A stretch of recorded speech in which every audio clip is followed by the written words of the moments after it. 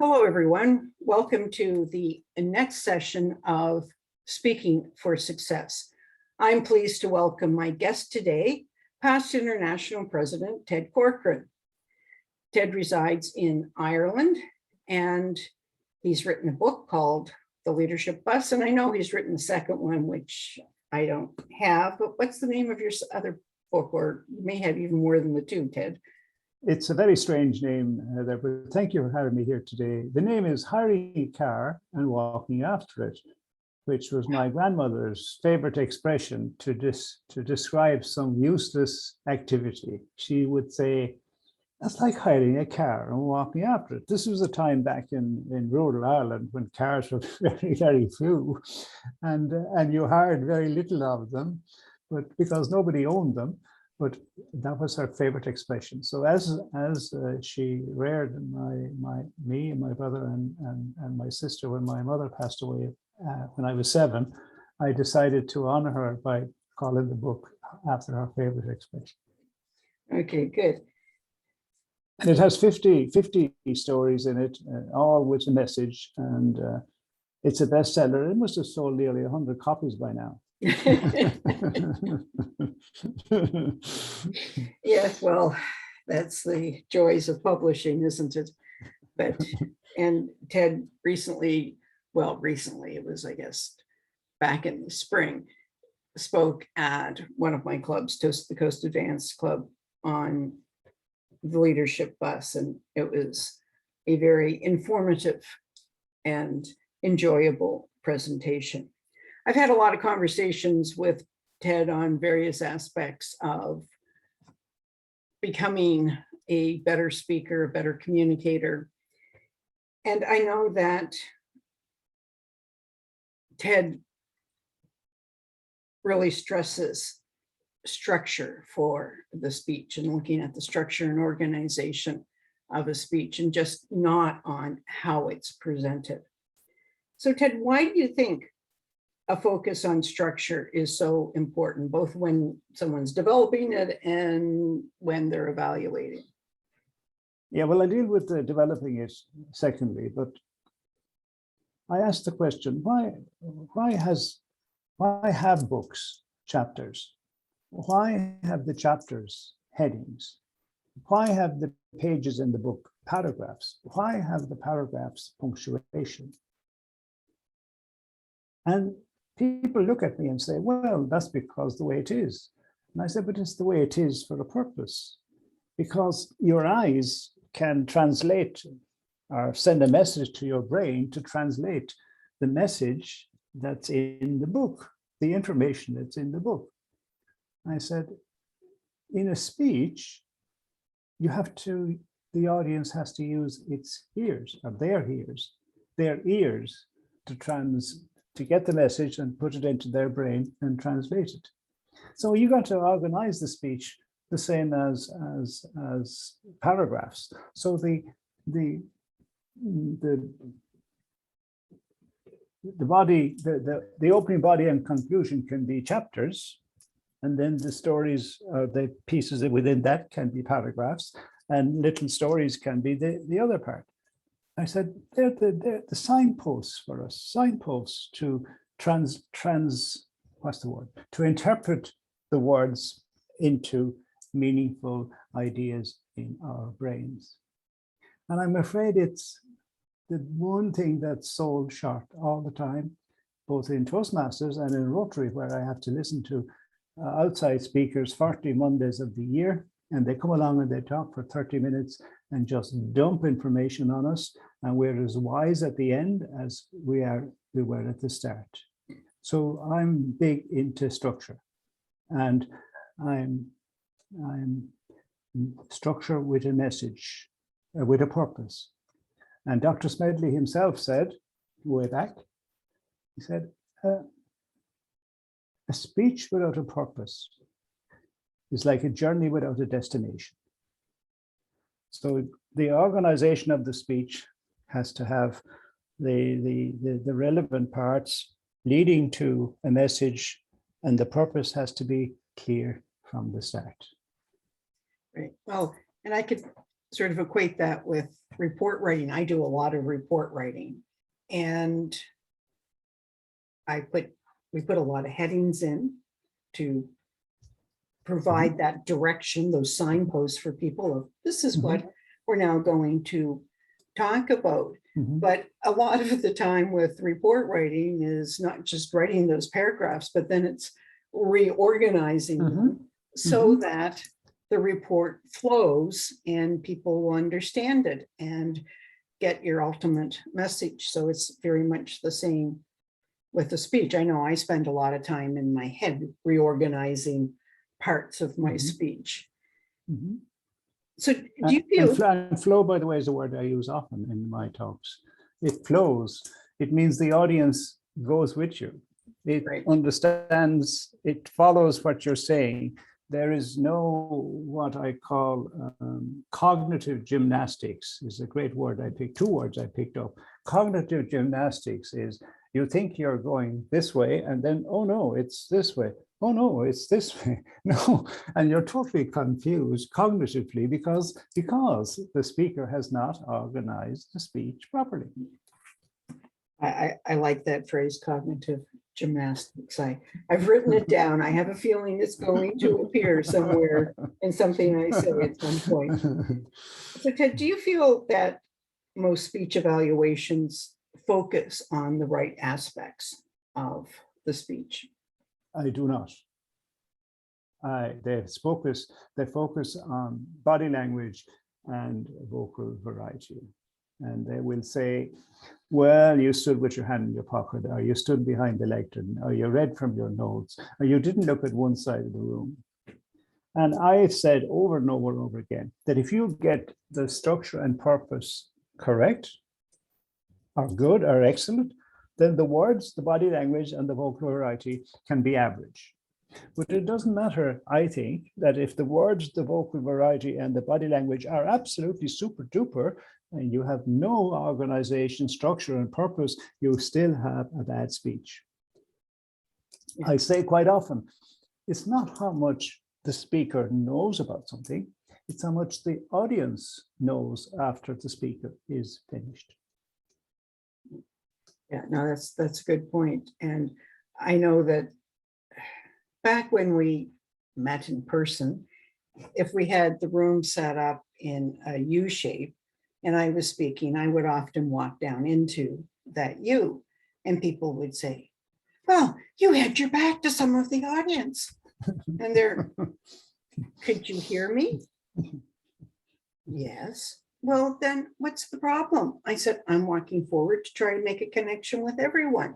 But again, it's the focus on that rather than on what my message was. Did they understand that? And so I know I would say people, there's no point in you saying anything about this because I'm going to continue to do it. So yeah. But so yeah, can I add another bit to that? In a presentation I do entitled How to Write a Speech in 10 Minutes, I get to the stage where I have those 5 parts, the 5 basic parts of every speech: organization and purpose at the bottom, words in the middle, delivery at the top, like a triangle, like a pyramid. And I said, when people evaluate, they just talk about the things at the top, the delivery and the words. So I'm going to give you an example, and I give an example of a friend meeting a friend in a car park, and he said, I have this car over here, I'd like you to look at it and tell me what you think of it. So the friend goes over and he says, oh, that's a lovely car. I love that shade of red. Yes, and it's a stick drive. I haven't seen one of those for years. Lovely black upholstery. And then windscreen wipers work. And you have a thing for towing a trailer. Wonderful. And the other friend says, the owner says, and can you give me some suggestion? And he says, change the oil every 6 months, right? And then I show a picture of the car, and the car is open, concrete blocks with no wheels. So all this stuff was totally useless because the car couldn't move an inch because it had no wheels to make it, and the wheels are the organization, and so on at the bottom. So that always brings a gasp when I show that, because they're not expecting it, you see. But it reminds me of the evaluations I've heard, which they talk about all this stuff and no wheels. Mhm. Yeah, and these days with the online environment, what I will get, because right now I do have it blurred, but I don't particularly like the backgrounds because of pieces of your body disappearing when you're speaking. I find that distracting. But people will say, oh, well, the door was slightly ajar. And I noticed there was an open box on the desk beside you. And I thought, well, what about the speech itself? So, you've talked about it being that foundation really for your speech. And when you're evaluating, what do you look for in the structure of a speech? I look for an opening that's interesting. Then I look that I very quickly can discern what is this speech about? What is the theme? What is the subject matter? I just hate it when the speech goes on for 5 minutes and you still don't know what the speech is about. And in a recent World Final, 5 minutes into the winning speakers, I turned to the gentleman beside me and I said, have you any idea what this speech is about? Because I don't. So after 5 minutes, I still was unaware of what the speech was about. So I believe very strongly that the audience needs to know this is what it's about. I know that there's no cognitive gymnastics about it. I know this is what it's about. Then I believe that you have the body has whatever 3 points that you tell them what's coming. I call it a preview. I'd like to talk about this, this, and this. And you can put that in different ways. You don't have to be as specific as 3 ways. Then you summarize at the end. And then you move to the message or what you want to convey. Because all the middle, the first part is to get people, get their attention and their interest. The next part is to tell them what's coming. Then you tell them the information that will back up your message at the end. And at the very end, you refer back to where you started so that the audience get the sense of completeness that we started here, and we're back, the journey is over. Because you're taking them on the journey in their brains, in their heads. Yeah. And if you, I like to show the example of people, newscasts on television, where the newscaster will decide to bring in somebody with some information. Instead of saying to the reporter, tell us all you know about climate change in New Brunswick, they would say, well, what's the latest? And then there'll be 4 or 5 or 6 questions, and there will be 4 or 5 or 6 responses.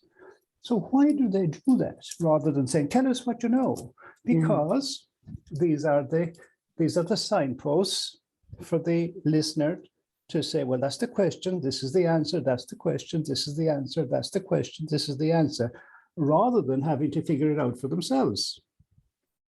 And in a speech, you've got to help the audience figure it out, rather than hoping that they will figure it out.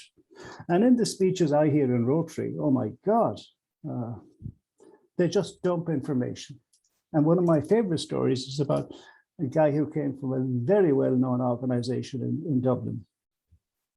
He was 50 plus, well-built, immaculately dressed, well-spoken, a really nice accent, and very confident. He speaks for 15, 20 minutes. He sits down. I turned to my friend beside me. I said, David, tell me 3 things that man said.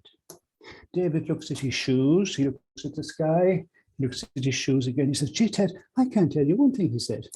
this was immediately after the guy had sat down, right? Yeah. Well, the reason I asked David, because I didn't know myself, see, either.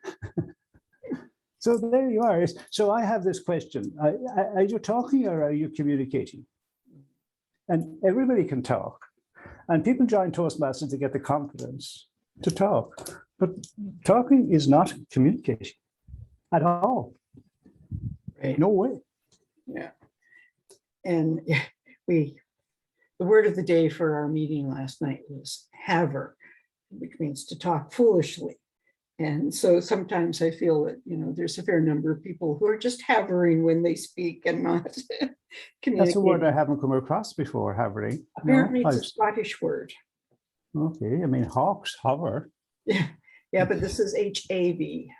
Oh, never came across that. I had never heard of it before either. So, but I know one time, some years ago, we were at a conference and my daughter was in the hospitality room following the contest, and somebody was saying, oh, they were talking about the winning speech, and oh, what a great job it was, and it was so wonderful. And my daughter looked at the person and said, well, what was it about? And the person said, they stopped, and it's like sort of like your friend David, and said, I have no idea. And so Janice said, well, then it shouldn't have won, should it? It was also big on the message and the structure. Yeah. Strangely, you should mention a new word because I hadn't heard it before. But yesterday I heard a new word I hadn't heard it before either. It's you know what misogyny is, don't you? Mm-hmm. Yes. Yeah. And so does that apply to men as well as to women? I found out yesterday it doesn't. There's a word for being hateful towards men. It's called misandry, misandry. So if you insult me, you're a misandrist, I suppose. Okay. And if I insult you, I'm a misogynist. Okay, you can take that out of the YouTube piece. Oh no, people may as well learn these things. Okay. Often we hear with contest speeches that it is all about performance and not about content. And you mentioned one winning speech where you didn't know what the message was 5 minutes into it. Mm-hmm. Do you feel that we have gone too far that way with our contest speeches, that it's all about the performance rather than the structure and the message? I feel that very much. It started to change probably 20 years ago, and it's got more obvious. But when you relate our speeches at world contests, or indeed sometimes at district contests, to a TED Talk, they're entirely different. Yeah. The TED Talk has something to say, and he or she says it in a way that the audience will follow it and understand it. And there's no jumping around or shrieking or shouting or falling down. Or if you took one of our speeches, one of the worst kind, and brought it to a public arena and got a couple of hundred people, they'd say, "What's this about? This is like a circus performance." So I'm worried that the trend is in that way, and that the newer people coming into Toastmasters begin to feel this is the way to speak, even though they must know that if I spoke like this in my work or in my community or in my sports club, I'd be laughed at. So there's a conflict of messages here, I think, in a major way. Mm-hmm. But I can think of two winners in the last 10 years that bucked the system. In 2011, Jock Elliott from Australia won with a very straightforward speech. And I can still think of the three main points. I can still think of how he opened it. He said, if you had a problem at 3 o'clock in the morning, how many of your Facebook friends would come to help you? He said, we have to rely on our friends. And then he went in, friends of my friends of my blood, friends of my times, friends of my heart. They're the middle of the thing. And he gave examples in each one. And then he summarized. He said, you look after these people, friends of your heart, friends of your life, respect them, help them, be kind to them. Do that, he said, and you'll never need Facebook. And I thought that was a classic example. He just stood in the one spot. He didn't do any waving, but he had a message I can remember 10 years later. Yeah, it's, well, I've heard Jock speak a number of times prior to him winning. Yeah. I always thought he had the best speech. I Yes. like the fact that he just stood there and talked to us sincerely. I always felt it was a strong message, but it was like, well, he's not going to win. Yes. And because he doesn't do that. But, you know, it's interesting when you say that it was that you feel it's about 20 years ago when it started to change. 20 years ago, close to 20 years ago, is also the time when Peter Lake was the recipient of the Golden Gavel Award. And Peter stood there, sometimes behind the lectern, sometimes just to the side, kind of leading on it. Talked for 40 minutes. Just talked to us. And by the end, there was hardly a dry eye in the audience. It certainly didn't feel like 40 minutes. He moved people. He certainly connected with us, and he stood there and talked. So, you know, to me, that has always been a perfect example of where you can still do all of the things that you're supposedly trying to do with the performance part of it by just standing there. So, do you think there's ever a time when delivery is more important than structure? There are always exceptions, and there are always times for, depending on the speech you're trying to give. But structure stays, the ideas that are properly structured stay with you, whereas exhibitionism is quickly forgotten about, if I may put it like that. I'm not advocating that there is a complete lack of body language or vocal variety, but it has to be in the right place at the right time. I mean, I think people interpret body language as doing things, whereas I think it's not to be doing things that take away from your credibility, such as probably wearing a t-shirt and shorts to give a serious speech. That's body language, you see, and it's negative. Or having your two hands in your pocket all the time, or whatever. A man came to my Rotary Club recently, and he gave most of his speech with his two arms folded. And what he didn't fold his arms, he had his two hands in his pockets. And this was a highfalutin person. He wasn't just Johnny come lately. He was somebody with a big record in public service. So that takes away from the performance, whereas all these hysterics, I think, also take away from it on the other side. So body language is not so much what you do, it's more what you do not do. Yeah. In my simple opinion. A couple of years ago, I was evaluating someone in my club, and I said to her at the end, I said, would you please just occasionally stand still? I mean, she was just back and forth, back and forth, back and forth. And you wore me out. I said, your movement becomes more effective when it's contrasted to the stillness, but you were never still.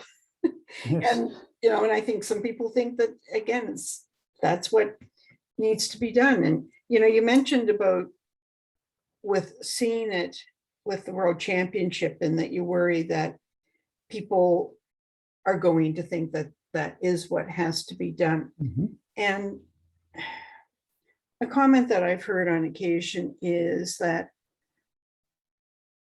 we're trying to mold people into a certain style of this is kind of the only way to speak, rather than helping them develop their own style of speaking. Mhm. What are your feelings on that? Everyone has his or her own style. And if they develop that, they then remain true to themselves, as it were. Because there's nothing worse than appearing like someone in real life, and then you go on the stage and you transform into a circus act, as it were. So everyone has their own style. And if they develop that and work at it, it can become very effective. But style doesn't take the place of substance, which is having something important to say and saying it in a way that the audience can take away your message and remember it. So the idea of a speech is not what you say, it's what the audience hears, feels, remembers, understands, and acts upon. That's the judgment. That's the test. If you can give a speech in your style on a subject that is meaningful, that the people can hear, feel, understand, remember, and act upon, you're a winner. A winner in the sense of succeeding in transferring your thoughts, communicating your thoughts to an audience. Yeah. And as you say, like with Jock, where you can remember what he spoke about that many years later. And I remember actually, I guess it was in Louisville. So that was, we're talking 93 or something, 94. Yeah. And Jock was standing there at the bar, and somebody came up and said, "Oh, I remember your speech from few years ago, whenever it was. Previous year, 93 might in have been Toronto. the previous year. And they said, and you spoke about this and everything. And the person walked away. Jock said, "Okay, I'm impressed." A lot of people come up and say, "Oh, I remember you." They have no idea they can't remember what I spoke about.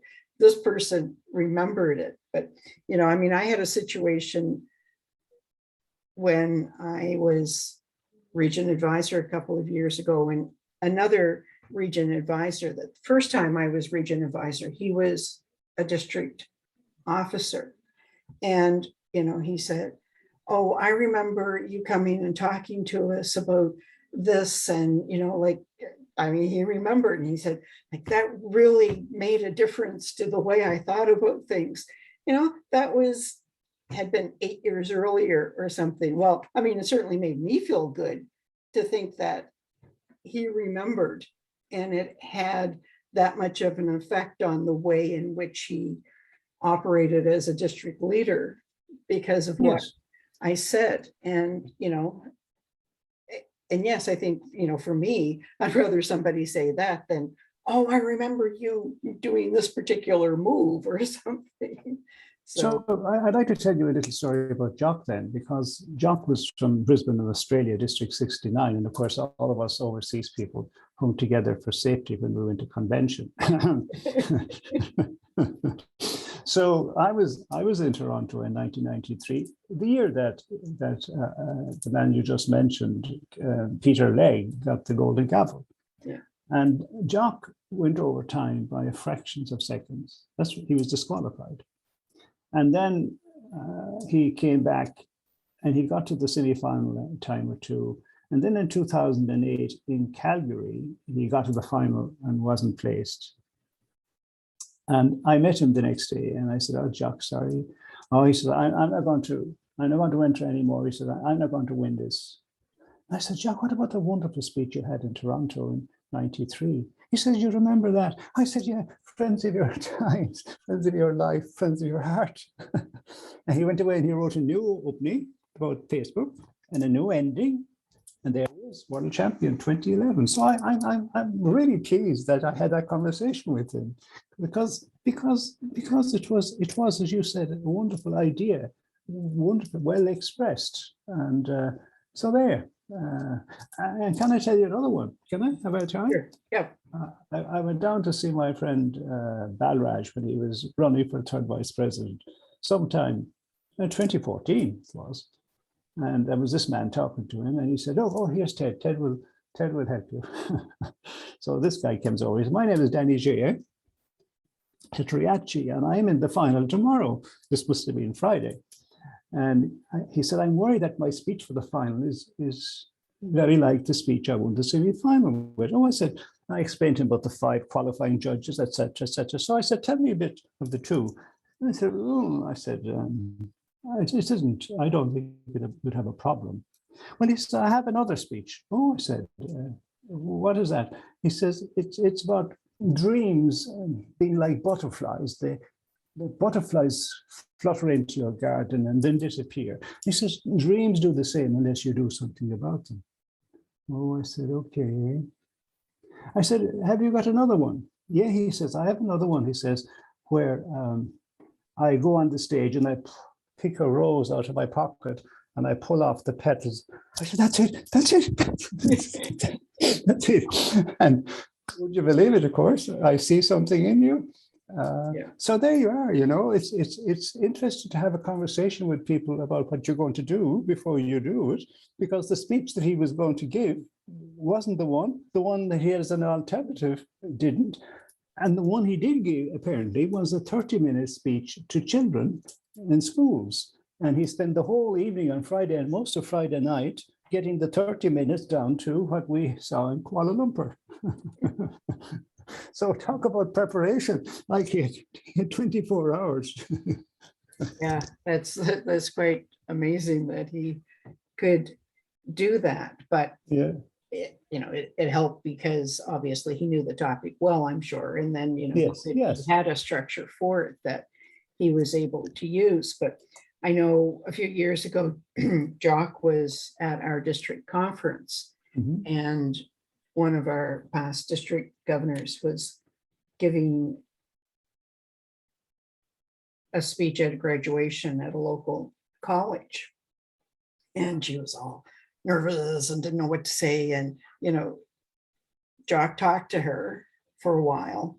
And the next morning, he had notes for her on, "This is how I think you should approach your speech." But, he did it based on what she had said she would like to say. But then he provided the organization for her Yep. that allowed her to then develop it. And I mean, she was just so thrilled and everything. And it is what she used when she gave that commencement speech. So it was, again, it was a matter of providing the structure for her that could then allow her to put her stories into it. Well, Ted, I think we've reached the end of our time. You have one. Could I just add one thing? Sure. What I do is I write on the page 1, 2, 3, 4, 5, 6, 7, 8, 9. And then I fill in number 2, which is what's the speech about? Then I fill in number 8. Is it to persuade, to inform, to entertain, to inspire? Then I fill in 4, 5, and 6, the 3 main parts of it. Then I fill in number 3, which is tell him what I'm going to tell him. 7 is a summary. Then, would you believe it, I only write number 1 at second last. Then I write number 9. Then I write the title. Bingo. How to write a speech in 10 minutes. Yeah, and I tend not to write mine down on paper. I think it through in my head, but it's very much the same. I think about kind of what the message is, what I want to say to get there. Then I figure out my opening and my closing. And again, usually the title is the last thing. Once in a blue moon, I get a title that's like, oh yeah, I know what I could think, and I write a speech, but generally it is the last thing. So I follow very much the same process. I just do it in my head rather than put it down on paper, but same effect. So, well, Ted, I really appreciate you sharing your thoughts with us on the importance of structure. And I hope people are able to take some thoughts away from this to help them in their speech development so My that pleasure. they can definitely speak for success. My pleasure, Heather. Anytime. Okay, thanks, Ted.